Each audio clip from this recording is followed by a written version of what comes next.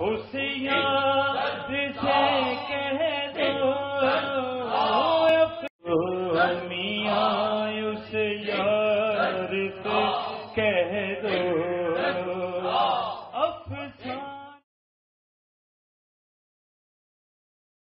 درود حضرت موسیٰ علیہ السلام۔ شیخ عبداللہ الہاروشی نے اپنی کتاب کنوز الاسرار میں ان الفاظ کی فضیلت کی شرح کرتے ہوئے فرمایا کہ حضرت موسیٰ علیہ السلام نے جب وہ فضل و کرم دیکھا جو اللہ تعالیٰ نے نبی کریم صلی اللہ علیہ وسلم کی امت کے لیے تیار رکھا ہے، تو انہوں نے اللہ تعالیٰ سے دعا کی کہ مجھے بھی ان میں شامل فرما دے۔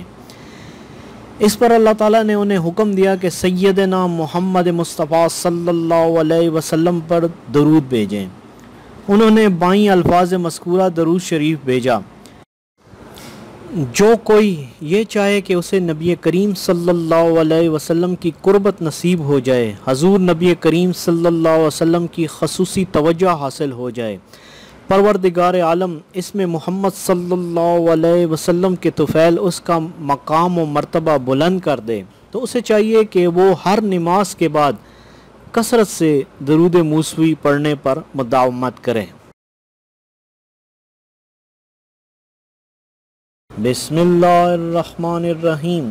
اللہم صلی علی سیدنا محمد خاتم الانبیاء و محدن الاسرار و منبع الانوار و جمال الکونین و شرف الدارین و سید الثقلین المخصوص بقاب قوسین۔ آئیے ایک بار پھر پڑھ لیتے ہیں۔